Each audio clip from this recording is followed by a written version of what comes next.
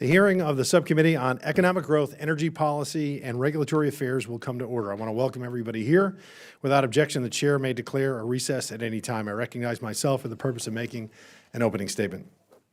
Today's hearing is an opportunity to discuss an issue every household in America is familiar with the clear failure of Bidenomics and the crisis caused by this current administration's reckless spending. Joe Biden likes to say that Bidenomics is just another way of saying restoring the American dream. I beg to differ. But just last week, the Consumer Price Index showed prices have risen 17.4% since Mr. Biden took office. That means that 26 months of consumers watching their paychecks disappear before their very eyes due to the rising costs of living. Worse yet, mortgage rates have nearly doubled since Joe Biden took office, making it much harder for Americans to buy a new home. And that's clearly not the American dream. Joe Biden likes to say Bidenomics is about building from the middle out and the bottom up. That's a clever slogan, but it doesn't reflect reality. But those hurt by the rising prices are low. In fact, let me say this. Those hurt most by these rising prices are low-income households and seniors that are relying on Social Security for their monthly retirement. Wage growth has fallen behind the pace of inflation in 20 of the past 22 months. And most Americans are now unable to pay for the surprising expense of, if there's something that costs $400 suddenly, they're struggling to pay that bill, something that was unforeseen. And that's not building from the middle out or from the bottom up.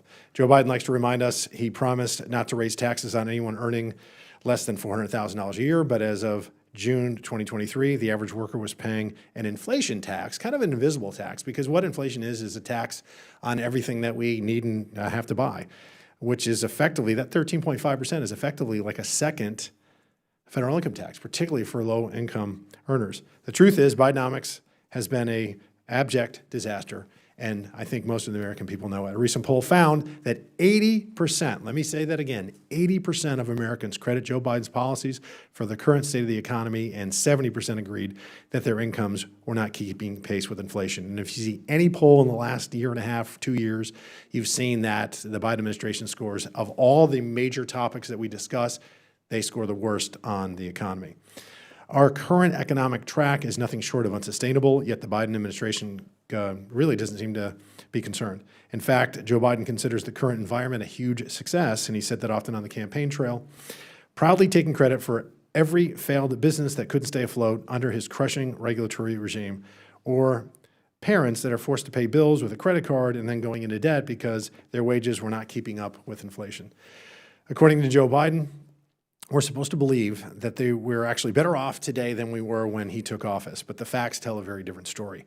The pain households are experiencing can be tied directly back to the disastrous policies pushed by this administration, which was so much reckless spending into the trillions of dollars. Now we're about to cap over $33 trillion in debt that our grandchildren and their grandchildren will have to pay. In the early days of COVID, emergency spending did make some sense. It clearly did. I wasn't in Congress at that time. I believe my colleague, my ranking member, wasn't either. But the country was thrown into a tailspin, and we had to ensure that our economy didn't capsize. However, this administration plowed forward, maintaining these quote-unquote wartime spending levels long after the spending was necessary, and really long after the pandemic was a national emergency any longer. It's been said, never let a good crisis go to waste, and they did not. From the American Rescue Plan to the Inflation Reduction Act, the administration has wasted no time throwing mind-boggling numbers at varying crises at their choosing with seemingly no regard for the consequences. The Biden administration apparently doesn't care if a gallon of milk costs $6. I know I do, or how much gasoline costs or an airline ticket, so long as it forces everyone to purchase an electric vehicle that costs more than the yearly median household income. Decades ago, Republicans banded together with the contract with America to bring about some of the most impactful economic reforms seen in generations.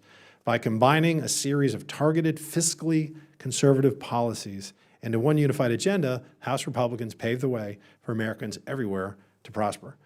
We have already seen the blueprint for what works, so we don't need to reinvent the wheel. We should go ahead and achieve that kind of success again, or at least that should be our goal. We have also seen the blueprint for what doesn't work, and thanks to Bidenomics, we have an ugly reminder of what anti-growth policies bring. I want to thank our witnesses, all four of y'all, for being here today, and I look forward to a thoughtful discussion. Chair now recognizes Ranking Member Bush for the purpose of making an opening statement. Thank you, Mr. Chairman. St. Louis and I are here today to discuss the real economic situation of the people of this country. From gas prices to food, the cost of living is rising. New census data indicates that real incomes fell significantly in 2022 as inflation reduced the size of our constituents' paychecks. We know there are investments that the federal government can make to reduce poverty. The Republican Party's inability to govern has us rapidly moving toward a total government shutdown. This will disrupt important benefits and services for all of our constituents, such as food and cash assistance. Too many people around this country, across this country, are struggling to make ends meet. A government shutdown would affect more than 42 million people who receive SNAP benefits, nearly 3 million people who receive TANF benefits, and over 6 million participants who receive WIC benefits. Congress pulled together in a crisis to provide COVID relief, this emergency relief that people needed. My vision of a progressive economy led by the Biden administration must include Medicare for all, must include raising the federal minimum wage, ensuring housing affordability, reinstating the child tax credit, and canceling student debt. That's my vision. During the pandemic, we made direct payments to families through the child tax credit and provided student debt relief by freezing interest and payments. We still need to do more now. These two concrete examples show Congress can ease the effects of economic hardship and boost the economy overall. When it was in place, the child tax credit lifted nearly 4 million children from poverty, causing child poverty to hit a historic low of 5.2%. The expanded child tax credit slashed child poverty, infused local economies with billions of dollars, and reduced food insecurity by nearly 1/3. In Missouri alone, the child tax credit lifted 73,000 children out of poverty. Without the child tax credit, child poverty in the United States has more than doubled in just 1 year. Since its expiration, nearly 3.7 million children have fallen back into poverty, including the impacted children of Missouri. Millions of people in this country are buried in burdensome debt to make ends meet. Medical, credit card, and student debt. Student debt payments will resume soon after numerous payment pauses extended by the Biden administration. Through temporary relief, though that temporary relief has helped many, we need much more, and we must cancel student debt. The federal student loan portfolio currently totals more than $2 trillion, owed by over 40 million borrowers. Black people carry the heaviest debt burden, meaning student debt, say it again, student debt relief is a racial and an economic justice issue. As lawmakers, we must ensure education leads to prosperity, education leads to opportunity, rather than inescapable debt. While my Republican colleagues are slashing programs that help keep kids out of poverty and fighting against student debt relief every step of the way, we have an over $880 billion defense package moving forward. The money is there. The question is how we as elected officials choose to invest in our communities. The money is there. We can deliver for our constituents and help them out to not only survive, but to prosper. Republicans are trying to distract us from the internal dysfunction which is steering our nation toward a government shutdown. The question is, do we choose to invest in defense contractors or reduce poverty for millions of people? Thank you, and I yield back.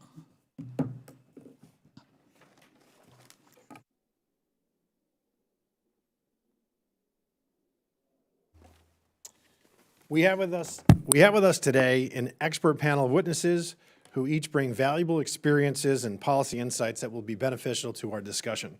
First, we have Carrie Sheffield, who is a senior policy analyst for the Independent Women's Forum. She previously managed municipal credit risk at Goldman Sachs and rated healthcare bonds at Moody's Investor Service. We also have E.J. It's Antoni, right? Okay. I get nervous when I see vowels. My mother's maiden name's Genovese. I want to get it right, okay? Mr. Antoni serves as a research fellow for the Heritage Foundation's Grover H. Herman Center for the Federal Budget and as a senior fellow at the Committee to Unleash Prosperity. He focuses his work primarily on fiscal and monetary policy. Casey Mulligan serves as a professor of economics at the University of Chicago and previously served as the chief economist for the Council of Economic Advisors under the Trump administration. And finally, we have Bobby, is it Kogan? Okay. Bobby Kogan, who serves as a senior policy director of federal budget policy at the Center for American Progress. I'm a member of Congress from Texas, but I grew up in Massachusetts, so I will quote a Boston term, you're all wicked smart. Thank you again for being here. Pursuant to Committee Rule 9G, the witnesses will please stand and raise their right hands. Do you solemnly swear or affirm that your testimony that you're about to give is the whole truth and nothing but the truth, so help you God? Let the record show that the witnesses answered in the affirmative. Please sit. We appreciate you being here and look forward to your testimony. Let me remind the witnesses that we have read your written statements and it will appear in the full hearing record. Please limit your statements to 5 minutes. As a reminder, please press the button on the microphone in front of you. I believe it says talk, and so that the members will be able to hear you. When you do speak, the light in front of you will be turning green. For 4 minutes it'll be green, 1 minute will be yellow, and then it'll be red, and that's when your 5 minutes are up. And if you're at that red, if you could just wrap it up, that would be great. I now recognize Ms. Sheffield for her opening statement. Thank you, Chairman Fallon. Thank you, Chairman Fallon, Ranking Member Bush, and members of the committee. Thank you for inviting me here today. As has been said, my name is Carrie Sheffield, and I am a senior policy analyst at the Center for Economic Opportunity at Independent Women's Forum. We are a nonprofit organization committed to increasing the number of women who value free markets and personal liberty. We advance policies that enhance people's freedom, opportunities, and well-being. My work focuses on expanding economic opportunities for women. We are here to discuss Bidenomics, a perfect storm of spending, debt, and inflation. And indeed, this storm is already hammering suffering communities and homes nationwide. Evidence shows that President Biden's signature legislative packages, such as the American Rescue Plan and the Inflation Reduction Act, contributed to persistent inflation and are failing to bring it back down more sustainably. This increased government spending triggered more inflation, eroding wages, and increased government spending and buying power. The White House has talked about an uptick in nominal wages, but as research from the Federal Reserve Bank of St. Louis shows, real wages have not recovered to pre-pandemic levels, even as they are starting to rise nominally. Families are stretching their dollars further each day, since their paychecks and retirement funds are worth far less than when they were when President Biden took office. CNBC reported this year that an alarming 54% of the American public reported using savings to pay for everyday expenses such as groceries and rent. Savings are down, as is economic confidence. The recent multi-trillion-dollar increases in government spending erode the value of the dollar through inflation because the money is expanding demand and driving prices up. CBO projects the federal budget deficit in 2023 is $34 billion more than the deficit recorded last year. That increase would be larger if not for a shift in the timing of certain payments and the spending cuts that were forced by House Republican leadership this past April in a sustainable manner. Fraudulent actors may have also stolen some $1 out of every 7 in pandemic unemployment, totaling as much as $135 billion, according to a new GAO report. That means that scammers made off with between 11 and 15% of the increased jobless benefits that Congress approved on a bipartisan basis early in the coronavirus crisis. This tragic waste of taxpayer money is stealing from American families, who are now more than $1 trillion in credit card debt, a historic high hit last month. That is Bidenomics in action. Regarding America's ticking debt bomb, the Wall Street Journal notes that the Congressional Budget Office regularly updates its long-term budget forecasts and says that U.S. debt held by the public will surpass gross domestic product this fiscal year, and that interest on the debt will equal about 3/4 of discretionary non-defense spending. By 2031, it will be as large. Medicare, Social Security, and of course interest are legally non-negotiable. Military spending isn't really optional either. It's no wonder that the federal government is described as an insurance company with an army. These unsustainable public debt interest payments will crowd out important public expenditures for other discretionary needs. Congress must act now to cut spending in order to rein in these unsustainable debt and interest levels. Increased upward pressure on U.S. interest rates we are experiencing now will add additional pressure to businesses and the real estate market, which has experienced a significant constriction under Bidenomics. The civilian labor force participation rate remains below pre-pandemic levels under Bidenomics. It is currently at 62.8% in August 2023, compared to 63.3% in February 2020. The Consumer Price Index stood at 3.67% on August 1st, which is a steep drop below the inflation of 9.1% last summer.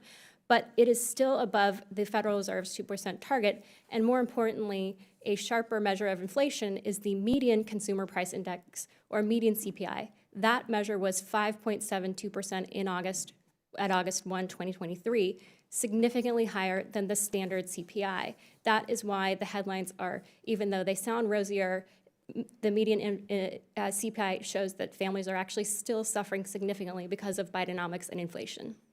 While Bidenomics may define inflation as a high-class problem, as Ron Klain, the former chief of staff for Joe Biden, said in the White House, most Americans disagree. The median CPI helps explain why, in a recent CNN poll, 66% of Americans disapprove of how Biden has handled the economy, with 76% describing the economy as in poor shape. Congress can act to help slow the ill effects of Bidenomics through a return to the economic principles that built America's extraordinary economic engine: fiscal prudence, competition, and regulation that enhances rather than undermines fair competition and growth. Thank you very much. Thank you. Chair now recognizes Mr. Antoni for his opening remarks. Chairman Fallon, Ranking Member Bush, members of the subcommittee, thank you for the invitation to discuss with you today the impact of federal spending, debt, and inflation on the American people and various aspects of our economy as well. I'm a public finance economist at the Heritage Foundation, where I research fiscal and monetary policy with a particular focus on the Federal Reserve, and I'm also a fellow at the Committee to Unleash Prosperity. The last 3 years of public policy have been characterized most notably by excessive government spending, inflation, and anemic economic growth. Despite periods of near record high federal revenues by multiple measurements, we have seen deficits of $2.7 trillion, $1.4 trillion, and $1.6 trillion in fiscal years 2021, 2022, and 2023, respectively, with the last month of 2023 being estimated, and with the deficit for fiscal year 2024 projected to be $1.9 trillion, yet another increase. Massive borrowing by the Treasury and monetary financing of deficits by the Federal Reserve created 40-year high inflation and imposed a hidden but heavy tax on the American people. Inflation transfers wealth from the people to the government, and frankly, there is no better definition of a tax than that. It is worth pausing for a moment as well to emphasize that it is the government and only the government which can create inflation, because it is only the government that has control over the money supply. A lot of scapegoats are thrown around for inflation, such as greedy businesses or spendthrift consumers or grasping unions trying to get higher wages, whatever the case may be. These are all tropes that were dragged out in the 1970s, and they are just as untrue today as they were then. As just one example, prices paid by businesses have actually increased faster under President Joe Biden than prices paid by consumers. If businesses are being greedy, they are certainly doing it wrong. Prices on average for consumers have increased 16.6% since President Joe Biden took office, and wages have not kept up with inflation. Real, meaning inflation adjusted, weekly earnings are down 4.7%. For the typical American family with two parents working and earning that average weekly pay, this has been a loss in annual purchasing power of over $5,100. Shockingly, the average American worker now loses more through the hidden tax of inflation on his hourly wages than he pays in federal income tax. Similarly, household net worth has increased about $23 trillion during Mr. Biden's tenure, but nearly all of that is just inflation. Almost all the household net worth generated over the last 2.5 years has effectively been transferred to the government through inflation. And while headline inflation has come down since June 2022, things are not improving for many Americans. Inflation has actually reaccelerated the last 2 months, and the monthly change in real earnings was negative in both July and August. In terms of annual change, things have been even worse under Mr. Biden. Annual weekly earnings growth has lagged inflation for all but the first 2 months and the last 3 months of Mr. Biden's presidency to date. The 26 months in between are a record for consecutive annual declines in real earnings growth. As interest rates rise in the wake of 40-year high inflation, borrowing costs have risen for businesses, consumers, and the Treasury, creating an unsustainable problem for the United States Treasury and the current trajectory of both the deficit and the debt. In terms of the American family, I estimate that for the typical American family, they are paying an additional $1,800 a year now in higher financing costs compared to January of 2021. Coupled with the decline in real earnings, this leaves a family roughly $7,000 poorer than when Biden took office. However, it should be emphasized that many Americans are even worse off than that. For those trying to buy a home today, the monthly mortgage payment on a median-priced home has risen over $1,000 during that time. And so it costs a family about $13,000 more per year, every year, over the life of a 30-year mortgage. These are just a few examples of how Bidenomics, excessive government spending, borrowing, and creation of money has inflicted a tremendous amount of financial pain on the American people. Thank you. Chair now recognizes Professor Mulligan for his opening statement. Chairman Fallon, Ranking Member Bush, and members of the subcommittee, thank you for the opportunity to discuss with you how federal policy is affecting the economy, workers, and consumers. Under the Biden administration's policy agenda, high inflation has emerged as a hidden and bothersome tax. Regulatory costs add another layer of hidden taxation, especially burdening small businesses and low-income households. The labor market has been affected by this agenda, with real wages falling below pre-pandemic trends. According to the CBO, the federal debt held by the public is already 98% of a year's GDP and would almost double to 181% by 2053 under current law. This is driven by federal spending.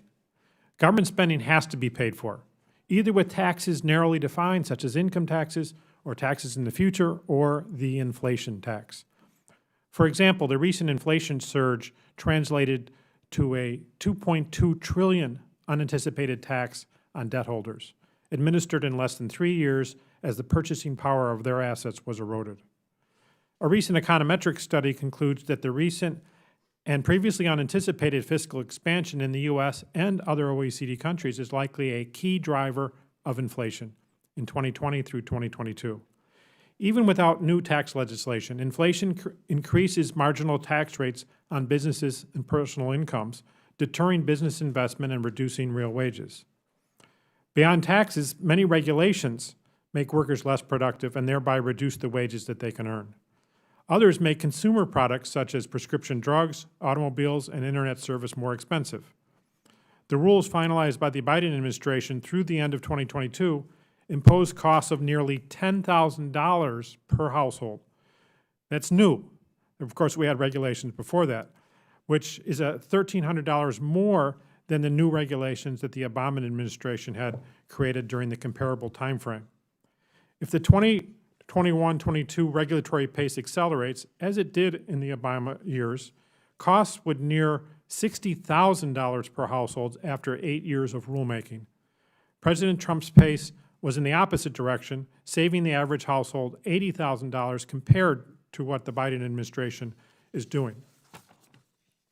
The $80,000 in regulatory costs far exceeds, for example, the revenue provisions of the Build Back Better Act, which would have cost only in Washington, could I use that phrase, $14,000 per household if it had passed.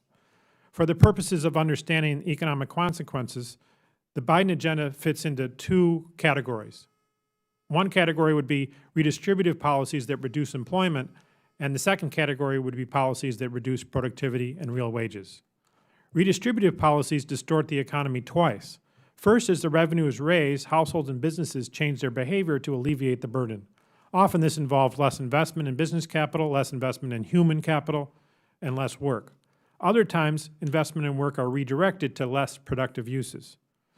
Second, economic distortions are created as the revenue is dispersed. Particularly regarding safety net programs, households and businesses change their behavior to become eligible for the program or increase the benefit received. A good projection of the combined effect of the Biden spending, regulatory, and tax agenda is to reduce labor income that workers get by 5 to 6.5%. Unsurprisingly, the labor market is in fact falling short. Real employee compensation per adult was already 3.3% below trend below the pre-pandemic trend as of the end of 2022. Small businesses are especially burdened by taxes and regulations. New federal regulations are regressive, meaning they proportionally hit lower-income households more than high-income households, especially because many rules, from health insurance to telecommunications to environment, are in effect forcing middle and lower-class families to have champagne tastes on a beer budget. Several policy options can reduce tax, data, and/or regulatory burdens. Regarding safety net programs, eligibility and benefit rules could return to, say, what they were in 2008, when we had a safety net, but not as large as it is now. Even though the latest poverty rate is 15% below what it was in 2008, the fraction of the population participating in Medicaid has increased more than 70%. Poverty goes down, but government program participation up. SNAP participation far exceeds the number of households in poverty. Safety net program integrity has also dramatically eroded. I'm not sure there's much left, with hundreds of billions of dollars spent that should not have been spent under the law. Federal health care programs can be reformed to require less revenue while providing greater value to patients. More specifics are provided in my written testimony on the Trump administration's Choice and Competition report. Thank you. Thank you. Chair now recognizes Mr. Kogan for his opening remark. Chairman Fallon, Ranking Member Bush, members of the subcommittee, thank you for inviting me to testify. Today, I intend to make 2 points. First, the investments in the last 3.5 years were appropriately sized and led to the strongest economic recovery in my lifetime. And second, the cuts proposed by the House Appropriations Committee Republicans would harm America by underfunding critical programs. In response to a once-in-a-century pandemic, American demand plummeted, leaving the economy at its most vulnerable state since the Great Depression. The prime age employment to population ratio, or EPOP, dropped 10 percentage points in 2 months. And even when the economy largely reopened, prime age EPOP still stood roughly as low as the trough of the Great Recession. But rather than taking 10 years to recover, our economy did so in under 2 years. Our rapid recovery was possible only because of significant investment into the economy and the American people. The Biden administration built upon the previous COVID bills to provide relief and ensure the American economy was able to invest in the future. The American Rescue Plan expanded on many of the earlier critical programs. It was intended both to ensure households could weather a difficult economy and to ensure that the economy that we rebuilt would be better and more resilient. Through the Bipartisan Infrastructure Law, the Bipartisan Chips and Science Act, and the Inflation Reduction Act, the Biden administration made significant investments in the future. The result has been large progress. Among G7 nations, the United States has had the strongest pandemic recovery. And incredibly, U.S. real GDP has roughly returned to where CBO projected it would be before the pandemic even happened, as if COVID and the ensuing recession had never happened. Our historic recovery has also led to the strongest job market in U.S. history. Adjusting for demographics, the employment to population ratio is at its highest level in history, and black prime age EPOP is hovering around its historic high, with a historically small gap between black and white prime age employment. This strong job market has benefited the American people. Real average hourly earnings of production and non-supervisory employees have matched their pre-pandemic trend, also as if the pandemic had never happened, and gains have been particularly strong among lower wage workers. Importantly, that has happened because inflation has come down. The United States also has the lowest core harmonized inflation among G7 countries. Further, the path in recent months is encouraging. Core CPI has been trending down since the spring of 2021, with a 3-month annualized average down to 2.4%. And even better, the contribution of housing rents to CPI inflation, which rose due to longstanding supply shortages in the U.S., meeting pandemic shifts in demand, is cooling and approaching pre-pandemic levels. While inflation rose to uncomfortable levels as the economy largely reopened, this was not caused by excessive stimulus. CBO estimates potential GDP, which measures how much the economy can produce without creating excessive inflation. And it believes that GDP ran barely above potential for only one quarter, and that the economy otherwise has run slightly below potential. In other words, our COVID response was appropriately sized. Instead, a global pandemic broke supply chains and caused monumental shifts in demand. It is impossible for inflation to not rise some in the presence of supply chain issues and massive shifts in demand. But as supply chain issues subsided and companies shifted their supply and production to match new habits and demand, inflation has come down. This progress is being threatened now by the work of the House Appropriations Committee majority. Despite rhetoric to the contrary, non-defense discretionary funding excluding VA medical care, or NDD STAR, shrank as a percent of GDP in the first 2 years of the Biden administration. Despite this, House Republican appropriators wrote levels $58 billion below the debt limit deal, which would leave NDD STAR at its lowest level on record going back more than 60 years. Even worse, the cuts proposed to achieve this low level of funding are extreme. To highlight just three, Title I education grants would be cut by nearly 80%.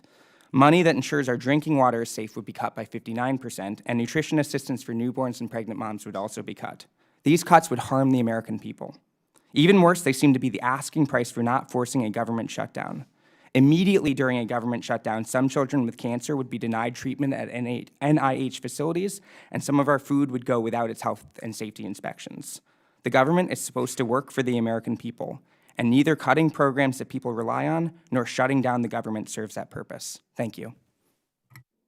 Thank you. We're going to recess for votes, and the committee will return 10 minutes after the close of the final vote. Thank you very much, and we'll be right back.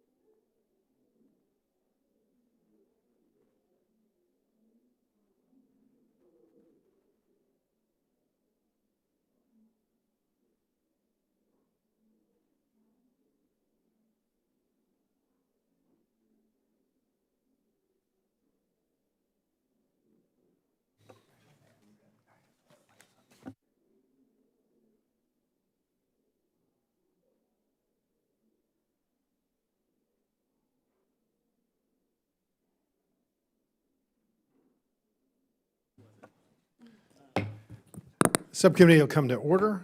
I now recognize myself for 5 minutes of questions. Ms. Sheffield, in my district in North Texas, I've heard countless constituents, they complain, I feel it myself, about the cost of things. And that, like, for instance, I believe, roughly speaking, the average gasoline across the country was $2.39 when this administration took office. And it's now, depending on where you are, national average is about $5. Well, actually, it wasn't that. It was in June of last year. It's a little lower than that now. What examples like this what does it say about the quote-unquote success or lack thereof of the Biden administration's economic policies? I would say just looking at the numbers, but going beyond the numbers as well, just talking to people that the headline inflation is certainly not actually how families feel and how they're actually experiencing. When you're talking about food inflation, fuel inflation, you know, my esteemed colleague, with all due respect, his graph that he has here when he's comparing the inflation to other countries, it excludes energy, food, and housing, which are pretty much what you need to survive. So I Would it be don't- fair to say those three things are main Yes. economic drivers? Absolutely, and especially for the people that are in your district, that's the personal, it's their everyday life, and so that's why Bidenomics is failing them. Mr. Anthony, what's been the impact of the expiration of the expanded child tax credit on poverty, and what has been the impact on inflation, or the impact of inflation on poverty? Thank you. In terms of inflation, well, I think we'll probably best to discuss that one first, because inflation is actually the only thing that can increase the poverty threshold. And so as inflation has outpaced earnings during the Biden administration, it has caused more people to fall below that poverty threshold. That is literally just what the numbers tell us. There is nothing else that can increase that poverty threshold. In terms of the expansion of the child tax credit, you would expect that once that went away, that you would simply return poverty rates for children to the level that they were at previously. But that's not what we've seen. We've instead seen the rate go much higher. And again, the reason for that is because inflation has pushed that threshold so high that many people's nominal earnings haven't kept pace with inflation and have therefore fallen below the threshold. And while we're visiting, what's the impact of supply chain disruptions on inflation? Disruptions, rather. Mr. Chairman, in terms of supply chains, you know, the disruptions there, it's a very, well, let me put it this way, it's very similar to what we just said on poverty, in that if supply chains really were the only driver behind inflation, if it had nothing to do with fiscal and monetary stimulus, then once those supply chain issues were resolved, not just inflation would come down, but prices would come down. Prices would simply return to where they were previously, and that's not what we've seen at all. Actually, the last several reports from S&P Global, their Purchasing Manager Index that analyzes global supply chains, showed that there is no more pandemic-era impact in terms of supply chains. In other words, things are back to normal, and yet prices are not. And the reason for that is because the fiscal and monetary conditions today are not back to where they were. So you're saying before that the there's pandemic. there's an increased money supply, and the goods and services, the goods are out there, they remain steady. So when you have more money relative to the goods cost more. In very simplistic terms. Yeah, I mean, it's easy to wrap your mind around it. Now, is it true that real weekly earnings have exceeded inflation, the annual rate of inflation, for 26 of the 31 months of the Biden administration? Yes, it is. You can see on page 6 of the testimony that I submitted, only the first 2 months of the Biden administration and now the most recent 3 months have seen positive annual real earnings compared to inflation. But in the 26 months in between, it was negative, which is a record. Thank you. Mr. Mulligan, you're an expert in economic growth. That's one of the purviews, of course, of this committee, as well as regulatory reform, yet another purview of this committee. Before the pandemic hit, the Trump administration demonstrated some of the most pro-growth policies that we've seen in generations. How has the Biden administration policies reversed the possibility of growth, and what do we need to do right now to get on the right track and get our economy moving again? All the policy levers have been pushed in the opposite direction of President Trump to the extent they could. President Trump had a tax cut that needs some renewing, I guess, and that might not happen. A lot of the regulations have been totally reversed. Not all of them, and both of these things go toward reducing productivity. Rather than productivity growing, you see in energy where we're pumping more and more and more, we're less productive. We're less able to do what we used to do. My time has expired. I yield to the ranking member for her 5 minutes of questions. Thank you, Mr. Chairman. St. Louis and I are here today because our economy needs to fully recover from the devastating effects of the pandemic. Housing is the bedrock of our nation's economy. One of the biggest challenges facing St. Louis and communities across the country is a dire shortage of affordable housing. When landlords raise rents, my constituents face increased housing insecurity and the threat of eviction. Renters in St. Louis and around the country are forced to contend with Wall Street investors who buy up homes in the area, jack up rents, and neglect building maintenance, all to extract greater profits. Private equity firms took advantage of unprecedented foreclosures during the 2008 recession, which forced millions of people from their homes. These corporations seized on historically low interest rates to purchase foreclosed homes. Local landlords and small business developers have been muscled out of the local housing market. In 2022, the St. Louis Post-Dispatch estimated that out-of-state investors owned nearly 34,000 single-family homes in the region. Investors have doubled the percentage of homes they own in my district over the last 10 years. In one housing complex in my district called Ridgeview Apartments, the property has changed hands at least 4 times in the last 3 years. This wreaks havoc on residents and creates a dire lack of accountability. Ridgeview residents report there's so little communication that some people realize too late that they were sending their rent checks to the wrong place, and it's difficult to keep track of who their landlords are. The St. Louis area is experiencing a housing crisis, and evictions are at the highest level in years and still on the rise. Wall Street speculators have turned places like Ridgeview from homes for families into assets on their balance sheets. Working families can no longer afford to buy or even rent many places that were previously affordable. Mr. Kogan, what are the advantages of home ownership for building household and generational wealth? Thank you, Congresswoman.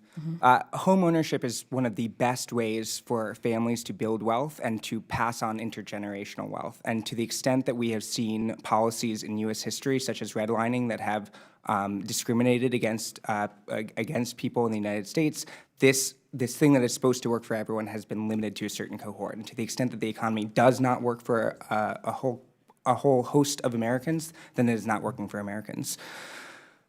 Homeownership is beneficial because it allows you to, it's forced savings that allows you to build equity, and it also pushes costs away from when you are stuck in a fixed income later and pushes it to when you're more able to afford it. And so as home equity, as private equities come and buy up a lot of the housing stock, this limits the ability of individuals to capitalize on this ability to take advantage of these mechanisms. So as the forced savings goes away, folks are not able to kind of to use that.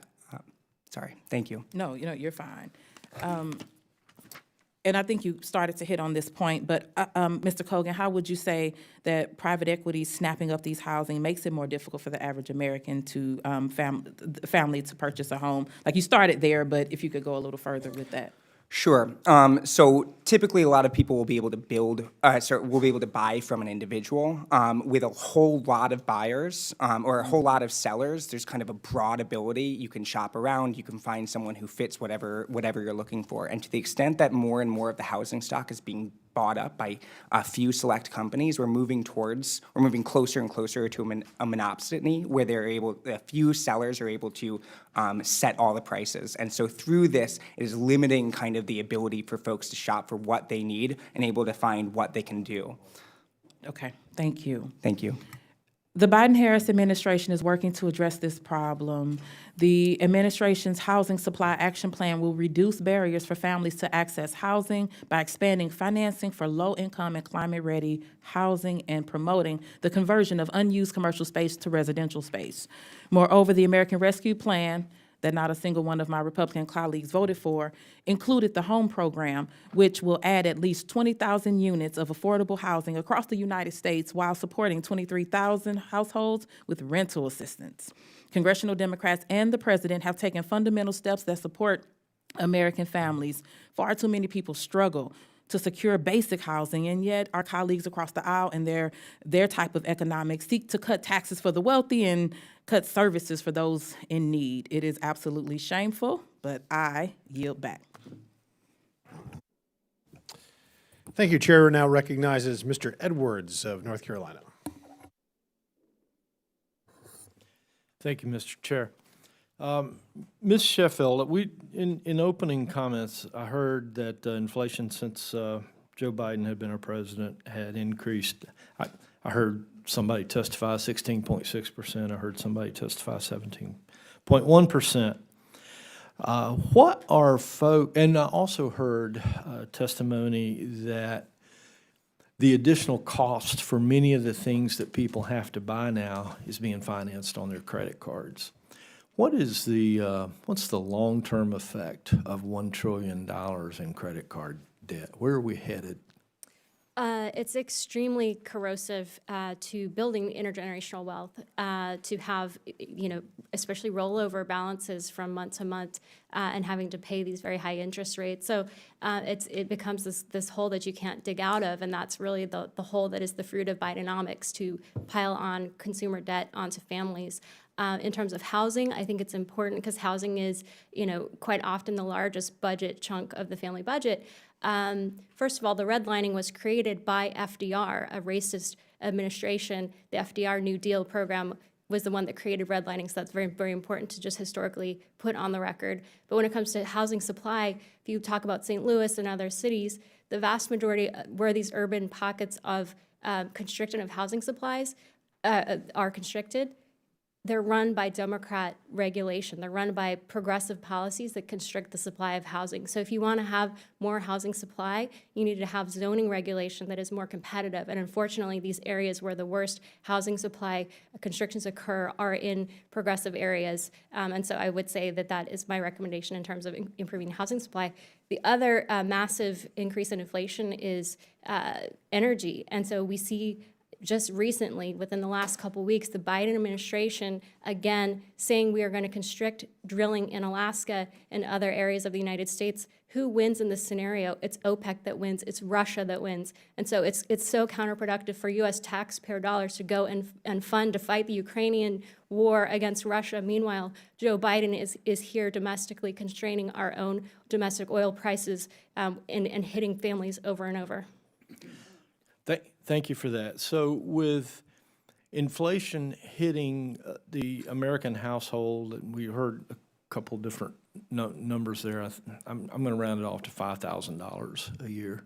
What are folks doing without? How are their purchasing habits changing?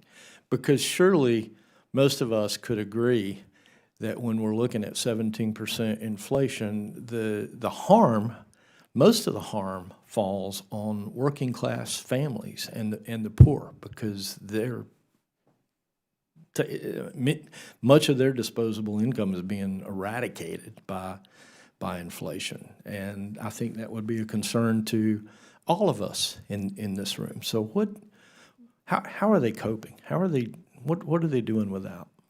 Sure, I would say it's the poor as well as retirees as well, where typically when you retire, it is one of your highest peak net assets or net worth. But unfortunately, because of Bidenomics and what's happened with inflation, the net worth of many seniors living on fixed income is incredibly tight. And so you're seeing grandparents having to forego vacations or forego helping with their grandchildren's education. You're seeing people actually just dropping out of the education situation altogether, especially young men just not even going to college because it is so expensive. And unfortunately, the Biden administration's plan on student loans is so counterproductive. It does nothing to actually address the root cause of inflation in education. It simply takes the U.S. tax money and subsidizes the wasteful policies that are being held at the university instead of actually holding the university accountable for the rise in inflation for student tuition.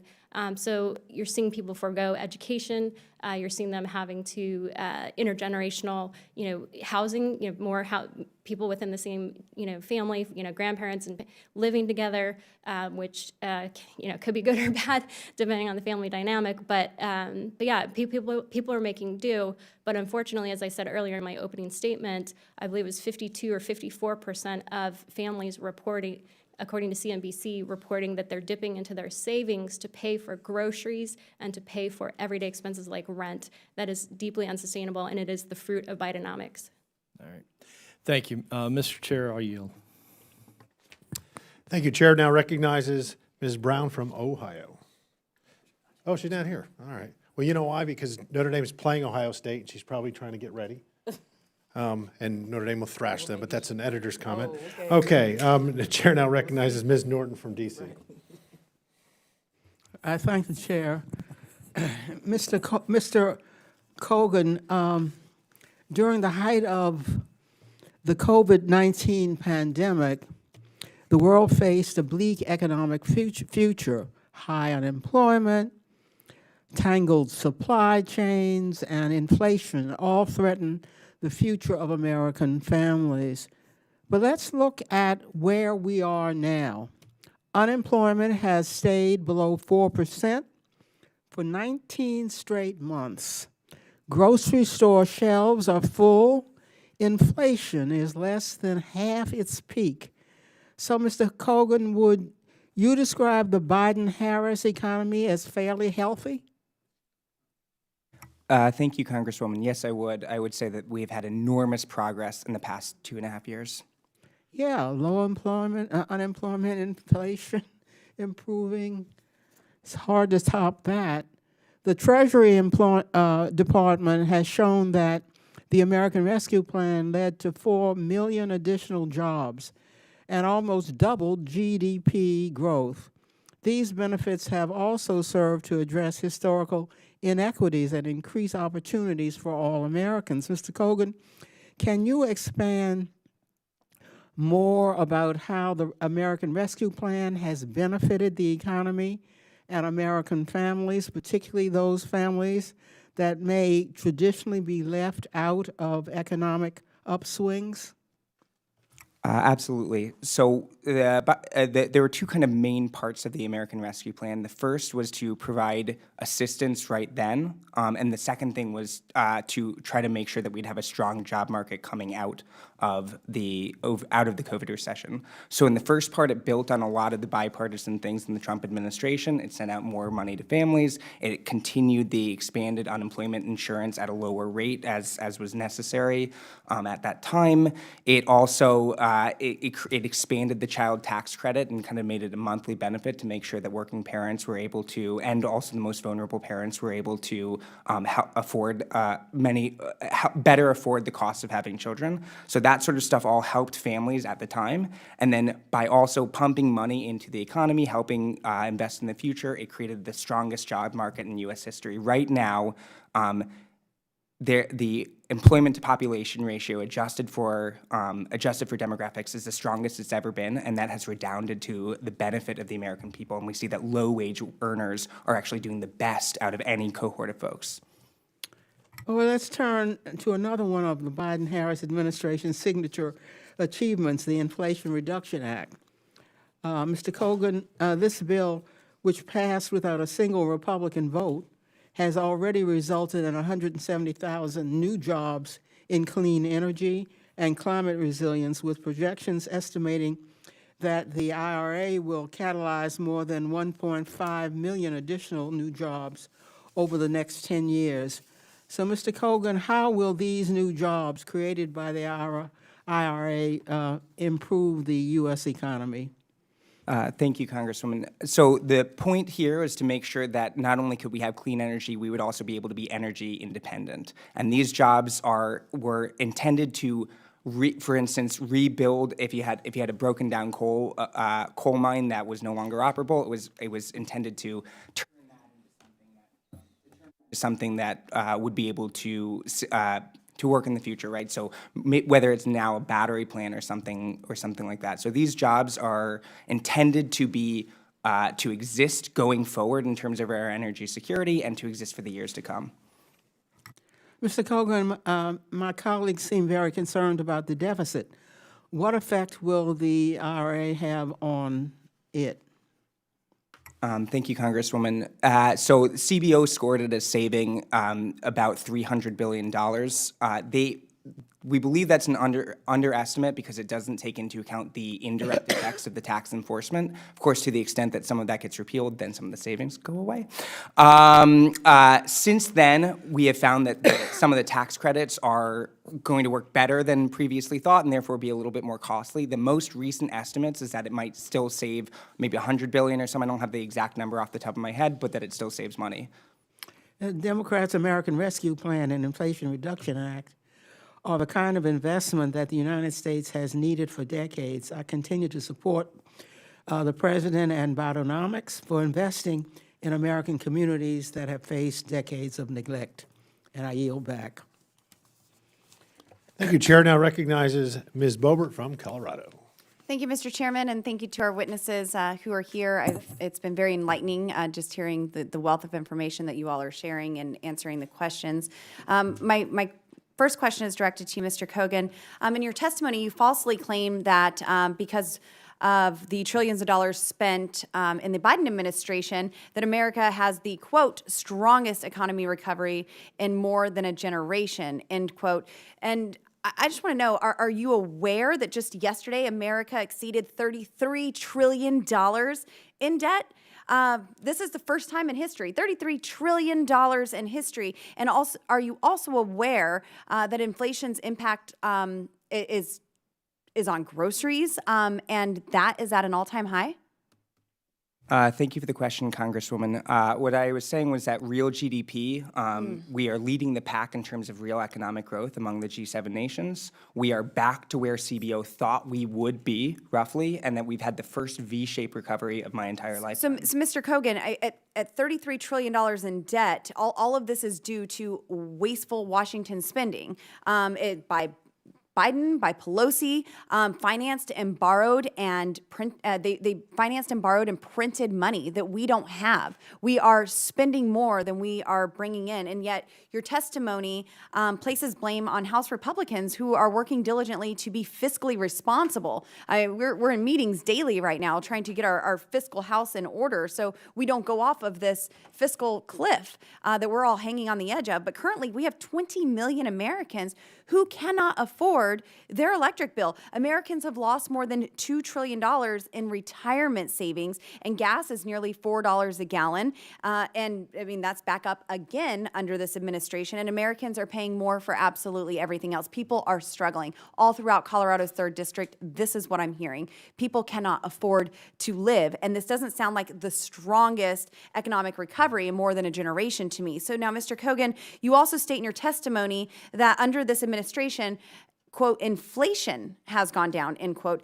And I mean, this is a bold-faced lie. Americans are paying more for everything. Do you know how much American families will pay due to inflation, the inflation tax, in just over the next year?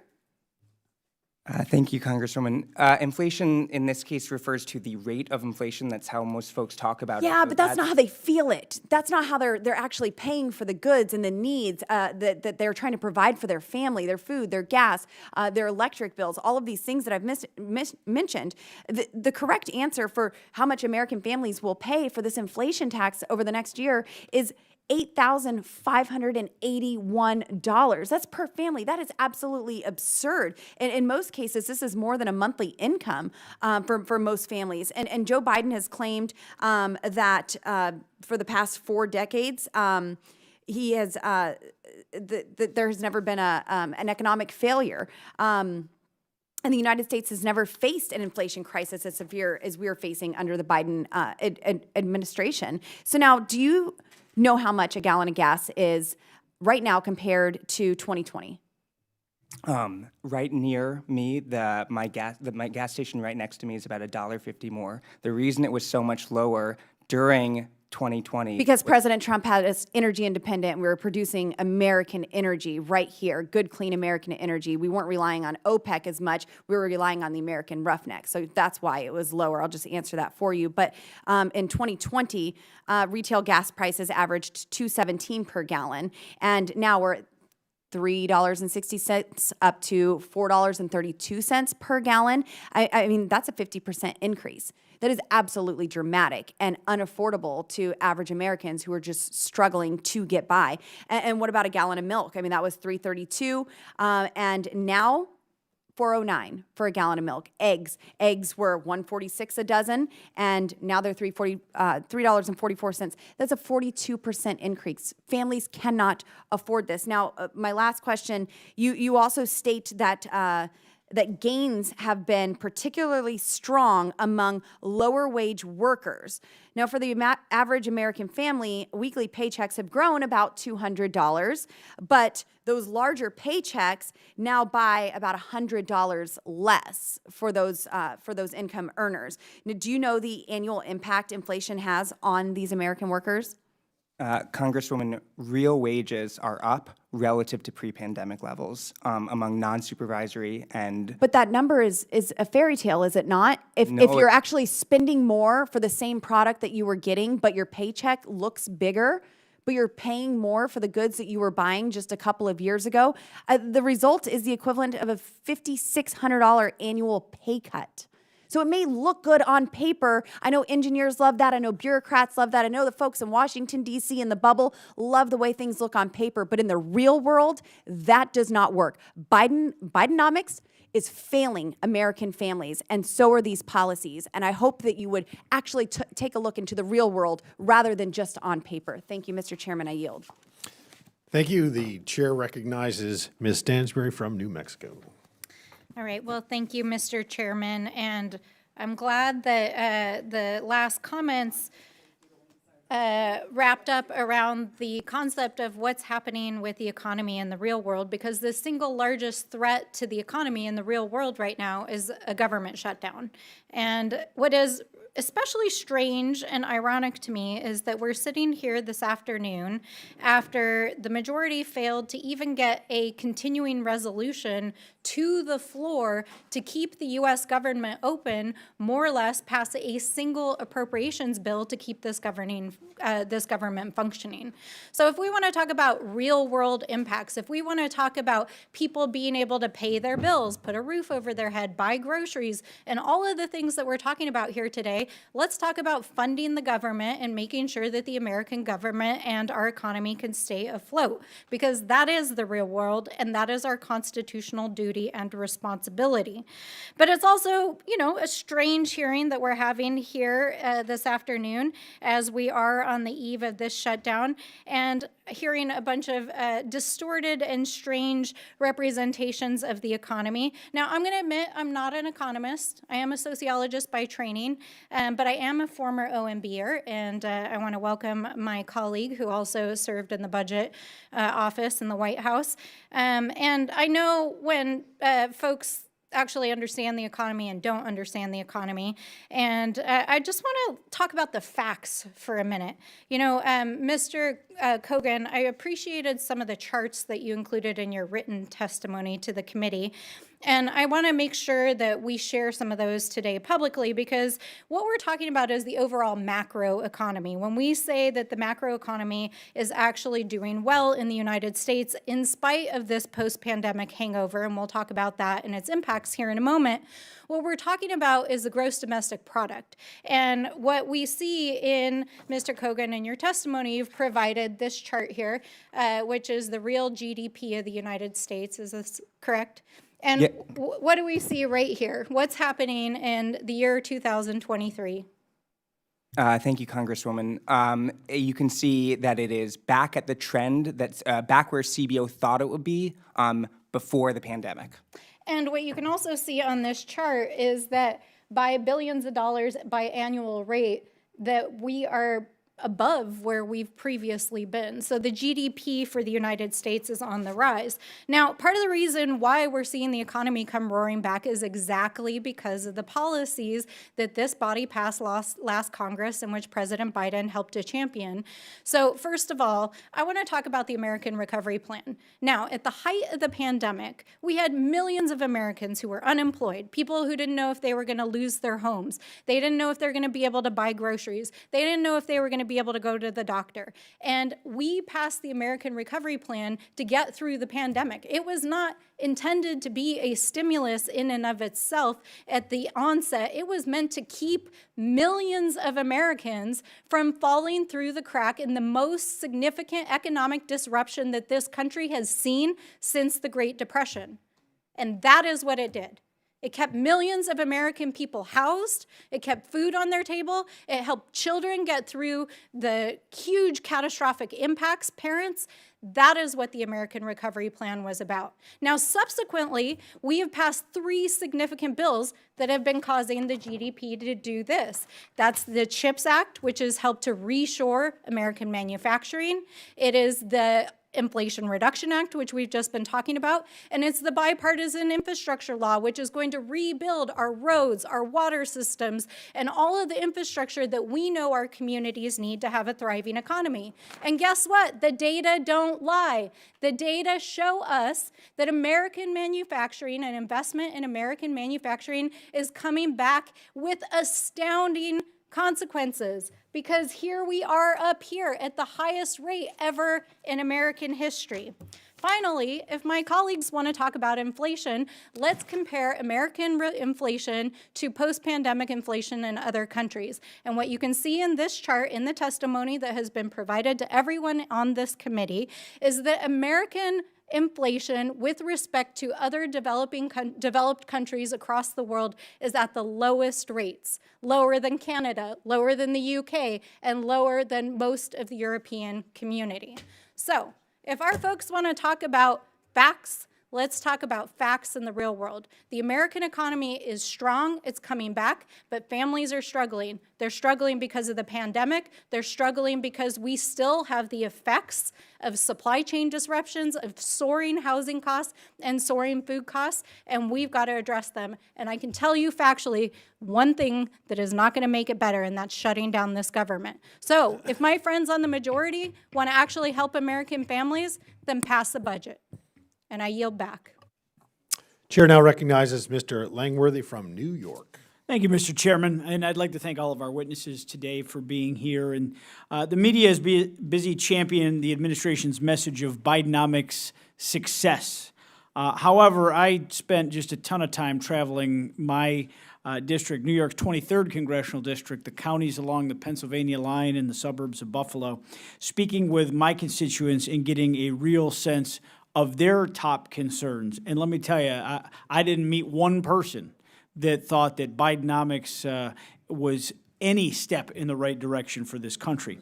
But things that stood out loud and clear is that Americans are having a really difficult time affording groceries and gasoline and keeping the lights on in their home. And there's a lot of angst about the cost of gas and groceries. This is the reality of Bidenomics for many Americans. Mr. Antony, your extensive research on inflation has shed light onto the role as a hidden tax on American households. I'm aware of your findings indicating that this inflation tax frequently surpasses federal income taxes. Can you elaborate on how this is possible? Certainly, and thank you for the question. We have to understand that inflation, because it's a devaluation of the dollar, for the sake of creating new dollars. When those new dollars come into existence, where did their value come from? A portion of the wealth of every other dollar that existed previously is siphoned away and goes into those new dollars. So as the government creates inflation, it is taking that wealth away from dollar holders. So that is how the government actually takes wealth away from you through the hidden tax of inflation. And all they need to do is do this at a fast enough rate that the amount of wealth being transferred is going to exceed the amount of wealth being transferred via the federal income tax. And this is, to be clear, this is not the first time that this has happened in our nation's history. This exact same phenomenon happened 40 years ago when we had very high inflation rates then as well. Thank you. And I'm sure we've all heard the Biden administration's promise that taxes would not increase for those earning less than $400,000 a year. Would you say that he's kept his promise? No, not at all, especially when you consider the fact that inflation falls most heavily on those who make lower incomes. There's a lot of different reasons for that, one of which is that lower earners tend to have incomes which adjust slower to inflation, but also looking at the things that those people buy. Just one example here would be, let's say someone in the middle class would buy filet occasionally, but now they can't afford to, so they just buy ground beef instead.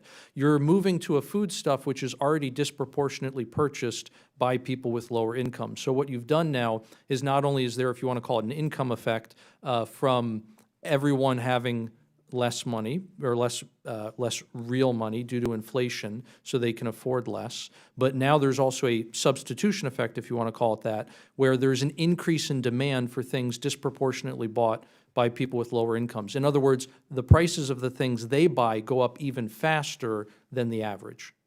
Makes a lot of sense. When we think about basic economics, we know that in times of high inflation, one's money doesn't go as far. One cannot buy the same amount of goods that one was able to purchase before, and often those most impacted are those with less flexibility in their budget, less of a backstop for their own personal economy. As I mentioned earlier, during my discussions with my constituents in the district, it became abundantly clear their concerns are revolving every day about covering the essential costs of feeding their families and managing their energy bills and their transportation costs. These are everyday families who, not too long ago, they could afford a weekend getaway. They could, take the kids on vacation in the summer, sign their kids up for sports teams. Today, these simple pleasures, these little luxuries, they've become unattainable as they grapple with the increasing burden of paying for the necessities in life. Ms. Sheffield, what should Congress be thinking about when considering the downstream impacts that the recent massive spending packages have had on American households in their expenses? Well, given that we know that the Bidenomic bills, massive bills that were already passed, exacerbated inflation, my recommendation would be to contain your spending, don't pass these massive multi-trillion-dollar additional bills that would further exacerbate inflation, and in fact, consider supporting your colleague recently put forward a balanced budget amendment, Jody Arrington. I highly recommend this because it certainly would contain not only the inflation, but it would also help the long-term trajectory of the congressional budget, which is the interest payments alone will be drowning out significant investments in the public good. Well, thank you very much for the testimony. I certainly have more questions, but we're out of time, and I yield back.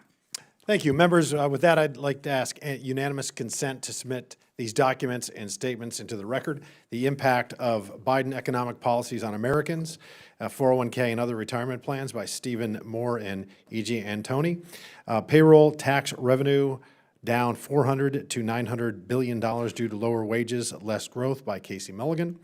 The cost of Biden's war on oil and gas, nearly $100 billion a year in lost output by Stephen Moore and Casey Mulligan.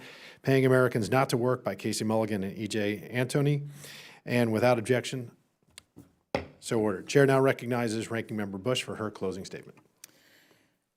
Thank you, Mr. Chairman. Despite my colleagues' claims, the U.S. economy is actually growing, and this growth directly contrasts with failed Republican economy policies that include the massive tax giveaway that former President Trump signed into law 2018, which prompted the most severe economic contraction in the United States since 1946 and cost the United States $1.9 billion. Republicans' economic proposals do not work and are currently driving us toward a government shutdown that will hurt families and devastate our economy. Rather than having yet another hearing to bolster Republican talking points, we should be focused on funding the government. In less than 2 weeks, millions of families in need will lose access to vital programs such as SNAP, TANF, WIC, and the administration of Social Security, Medicare, and Medicaid will grind to a halt because our federal workforce will be unable to serve our communities.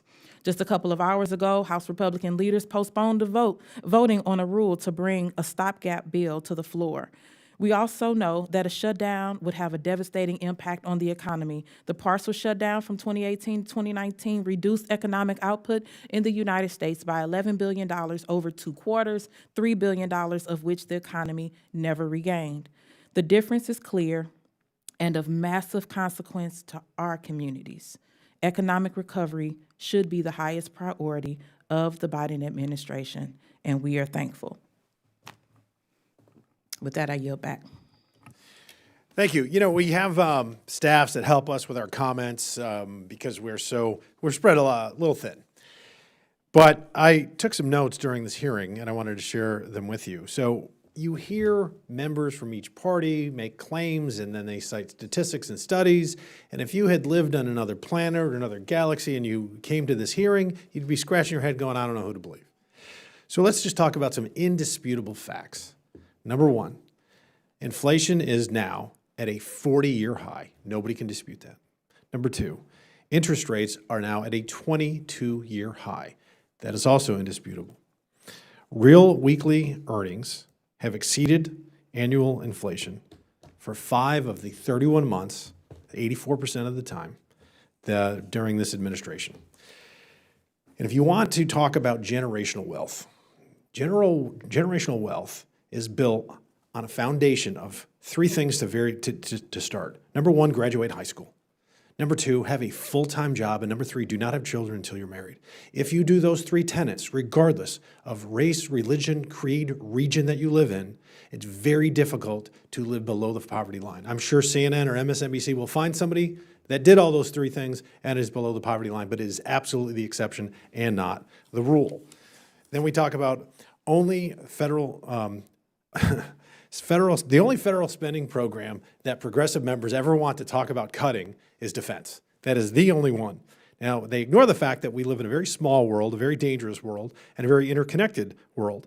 When you cut defense, and while they're all too comfortable, in fact, perfectly comfortable with cutting defense, they're also willing to give Ukraine a blank check for Ukrainian defense, which I find a little bit hypocritical, or at least inconsistent. And then when you look at, say, 2022's deficit, which is the debt for that particular year, it was $1.38 trillion. So if we didn't spend $1 on defense, we'd still have over $500 billion in deficit spending. Defense is not the issue. In fact, defense has been the slowest growing major federal spending category since 2000. And even that 2000 year base, that base year, was following 10 years of post-Cold War cuts. So the U.S. military, as a share of GDP, remains the lowest level since World War II. So more spending is not the solution to inflation, because if all of those spending programs worked as well as my Democratic colleagues have claimed, well, why did we stop at $3 or $4 trillion of spending? Why didn't we spend $40 trillion if it's so good? And then let's talk about, because the American people, or my friend from the other galaxy that attended this hearing, need to see contrasts. So my colleague and ranking member mentioned about student loans. Said that student loan forgiveness she fully supports. Well, I completely disagree, because it's not student loan forgiveness, it's student loan transfer. First, that program would cost, general consensus is it cost about $400 billion. And it would benefit, ironically, the highest earners will reap about 2/3 of that benefit, of the giveaway. And then you have to think about, what about the folks that had never went to college? What about the folks that went to college and didn't take out a loan? What about the folks that went to college, took out the loan, and then paid it back? Is that fair to them? And the answer to that question is, of course, no. It's patently unfair. It's patently un-American, in fact. The outstanding federal loan debt is about $1.7 trillion. There's 255 million adult Americans. 45 million have student loan debt. So that would make it that 210 million adult Americans would have to bear the burden for not this forgiveness, but this transfer. And the median borrower, they did a study in 1992, and they just recently did another study, and they have found the same thing, that about 4% of their monthly income is spent on student loans. They got plenty of money to pay off their loans. And it also sets a horrible precedent to folks that willingly went into an agreement to say, I'll borrow money and I promise to pay it back. And then what about future borrowers that say, hey, they give loan forgiveness, I'll sign this thing, but I'm probably going to get forgiveness in the future, or again, more accurately, transfer. It's simply unfair. And so we have to recognize the fact that we do have a $33 trillion debt. And I believe, from CBO, that if we continue to spend at the rate we're going now, that in 10 years, half of the federal budget will go to loan repayment. Will go to paying service on the debt. That means that there's going to be less money for defense, there'll be less money for infrastructure, and there'll be less money, ironically, for entitlements. So I remember this very hyperbolic commercial that some organization put out where you had an actor playing Paul Ryan, and he was pushing grandma off the cliff. Well, it seems to me that folks that don't want to address this runaway spending, which would be my Democratic colleagues, or at least most of them, are proverbially, hyperbolically, are they pushing grandma off the cliff? Because it's going to be a heck of a lot less money for entitlements if we don't get our fiscal house in order. I want to thank the witnesses for coming today. Thank you for your testimony and your knowledge and sharing your points of view. And with that, and without objection, all members will have 5 legislative days within which to submit materials and to submit additional written questions for the witnesses, which will be forwarded to the witnesses for their response. If there is no further business and without objection, the subcommittee stands adjourned. Thank you.